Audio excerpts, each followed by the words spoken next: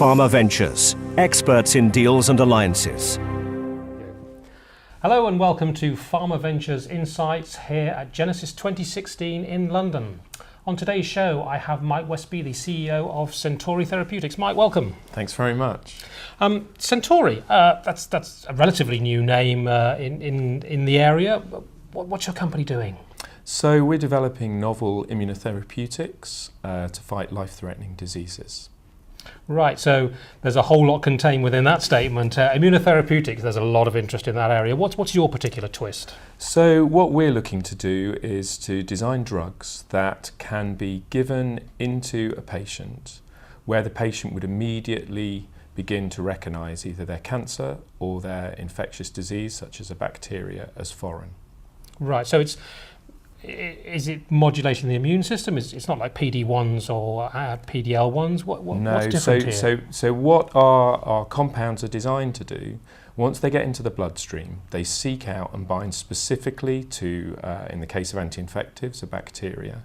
And as soon as they bind, they cloak that bacteria with an antigen that makes the immune system recognise it instantly as foreign. So unlike a vaccine, where you would give the vaccine and the immune system would then acquire the immunity to then fight a pathogen in the future, our drugs, when they're given, as I say, will bind, and once they're bound, the immune system will immediately recognise them as foreign. So they can immediately begin to treat that infection or cancer. So it's a bit like opsonization, to use the immunological term. Absolutely, that's exactly what it is. So we opsonize the bacteria of the cancer cell, and then our pre-existing immune system, so these natural antibodies that we use, they then immediately opsonize the cells and target those cells for destruction. Right. So how do you get specificity out of this? So our drugs, which we call Alphamers, have three components. The first component is the specific targeting component. So we're developing short oligonucleotides that are called aptamers. These aptamers recognise molecules on the outside of the bacteria or the cancer cell and bind to them. The second part of our molecules are the immune recruiting component. So these are sugars that our immune system recognises as foreign. So these sugars are called alpha-gal. And the third component are our proprietary linkers, and those linkers are designed to optimally present the sugars to the immune system so we get a very potent immune response.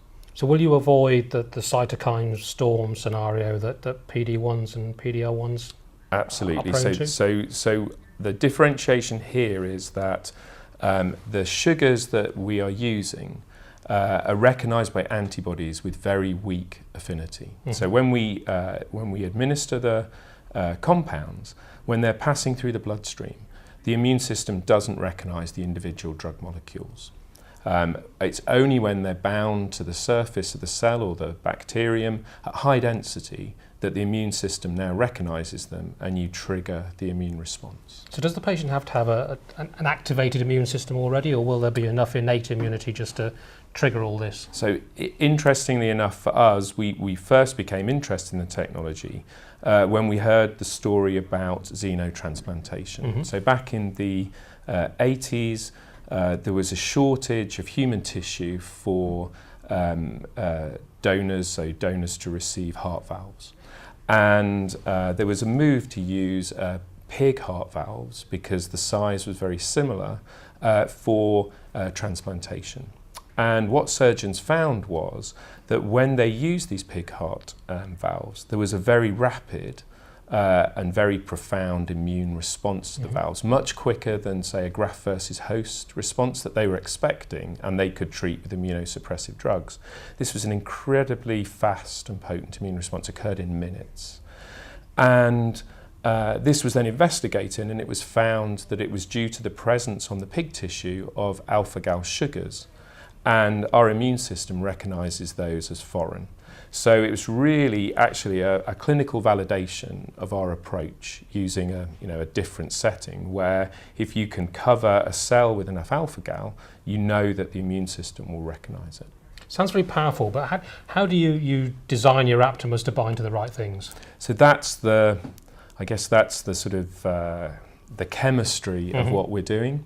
So the team that we've built are a small team of ex-industry scientists who've had years of experience in designing and optimizing therapeutics. And so what we've spent quite a bit of time doing is really understanding how to engage and optimize this immune response. And our chemists have built linkers, as I say, which really tailor the immune response of each individual drug to fight that particular disease that we're treating. Right, and is that where your key IP resides? That's where our IP that we're developing, the platform IP, that's where our IP resides, exactly, yes. Okay, so how are you going to move these forwards through the clinic, and are you going to do that yourselves, or are you going to get funding? What's the business plan? Sure. So we formed Centauri just over a year ago. We formed it, as I say, with a small team of ex-industry scientists to develop programs initially in anti-infectives. And we did that with private equity growth capital from high net worth family offices and a regional growth fund. And the immediate plan for us at the moment is to use that capital to develop our leads so that we have preclinical compounds that are ready to go in the clinic, and then we'll raise further funding to take those into the clinic. Our eventual goal is to exit those programs to pharmaceutical companies who can then commercialize them and get them out to patients. So we're really trying to fill a gap that we think's been left, where pharmaceutical companies have largely shrunk their research capability, but they've still maintained their development and commercial activity. And so they're looking for a pipeline, and we and others are really trying to fill that pipeline by providing world-class molecules that show preclinical and clinical proof of efficacy, and then we can license those to pharma in exchange for milestones, upfronts, and royalties. A well-trodden and proven path. Yeah. Absolutely. So that's not the only thing you've got going on. There's another thing called Avinity. Perhaps you could tell us a little bit about what that is. Sure. So this technology, we knew from the outset the technology had the capability not only to work for infectious diseases, but also for cancer. But my background and background a lot of my team was in anti-infectives. So we'd built a capability in order to make and design the chemistry, an ability to test them for their immune recruiting, but we didn't have any oncology expertise in-house. And a while back we'd met the team at Horizon Discovery based in Cambridge. And this team had a fantastic capability both in terms of oncology and also in the ability to knock genes out, so the gene editing CRISPR technology. They really are leaders in that technology, and so they can make both cell lines and animal models for testing in the oncology space. And when we got talking, they were very excited about moving into the biotech space, not just providing services.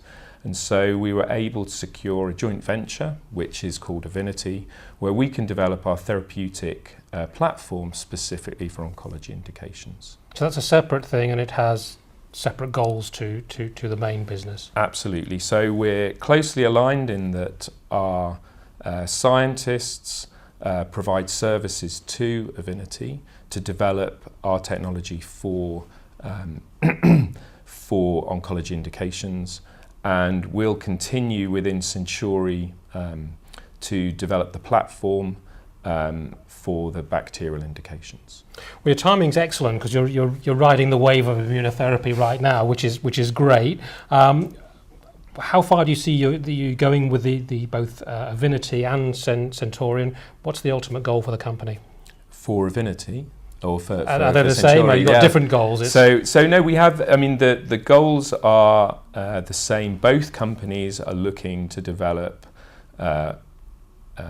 preclinical candidates which have shown efficacy in the preclinical disease models, and then secure funding to take them into the clinic. And both companies are then looking to exit those molecules eventually through to pharmaceutical companies who can commercialise them. And beyond that, a trade sale, an IPO?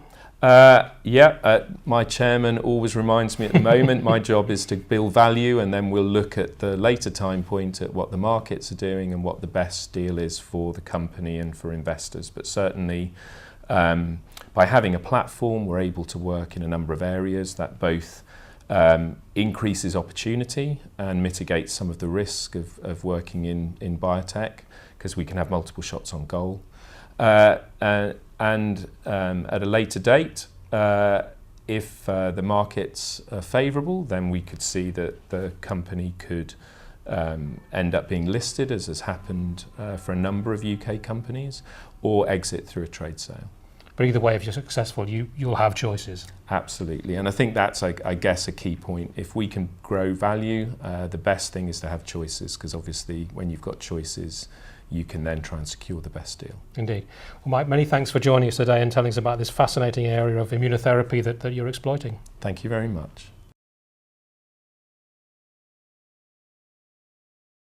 PharmaVentures, experts in deals and alliances.